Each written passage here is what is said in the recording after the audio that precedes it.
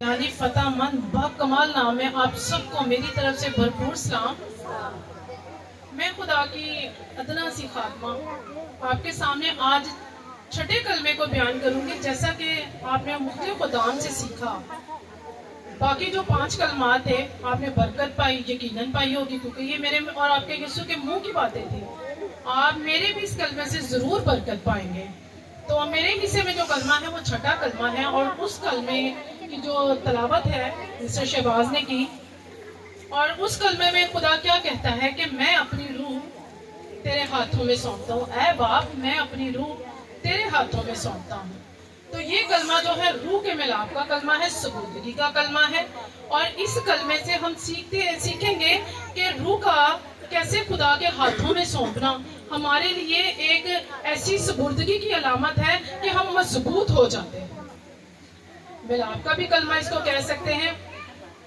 اب جب یسوع مسیح کو صلیب دی جا رہی تھی تو یہ ایک بڑا ہی پرتشدد عمل تھا. رومی دور حکومت میں جب صلیب دی جاتی تھی تو بڑا ہی تشدد کیا جاتا تھا. ہم لوگ صلیبی موت کو جانتے ہیں، لیکن اس صلیبی موت کو بہت سے مراحل سے گزارا جاتا تھا. اور یہ ایسے نہیں تھی صلیب دے دی جاتی، چونکہ رومی حکومت بڑی سخت حکومت تھی، بڑی ظالمانہ حکومت تھی، اور یہودی جو تھے ان کے ماتحت تھے، اور ان کو سزا ان کے حساب سے لینی پڑتی تھی. تو یہودیوں کے جب یسوع کو انہوں نے مصلوب کیا تو یسوع کو بھی اس سارے پروسیس سے گزرنا پڑا. یہ سارا پروسیس جو ایک گناہ گار انسان لیتا تھا، جس کی زندگی میں بے شمار گناہ ہوتے تھے، یسوع مسیح نے بھی وہی پروسیس سارا، اس کی بھی زندگی میں وہی پروسیس آیا تھا.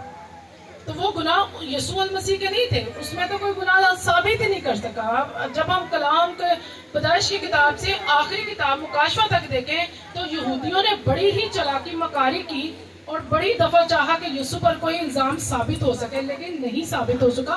وہ بے گناہ تھا.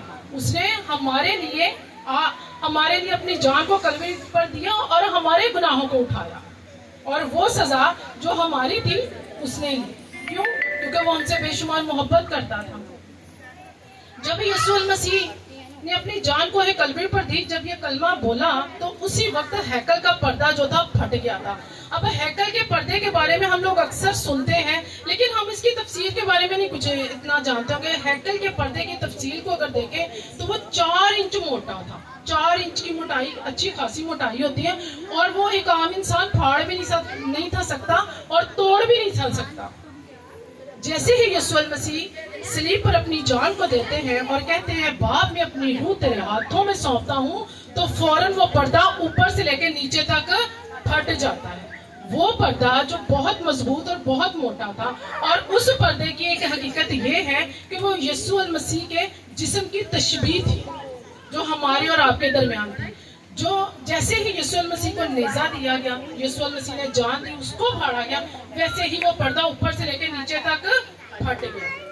وہ پردہ جو تھا، اگر ہم خروج اور تواریخ کی کتاب میں دیکھتے ہیں تو اس پردے کے بارے میں بتایا جاتا ہے کہ وہ قرمزی رنگ کا، ارغوانی رنگ کا اور آسمانی رنگ کا، 3 رنگوں کا تھا، اور مہین کوتانی مضبوط کپڑے سے اس کو بنایا جاتا تھا. یہ عام پردوں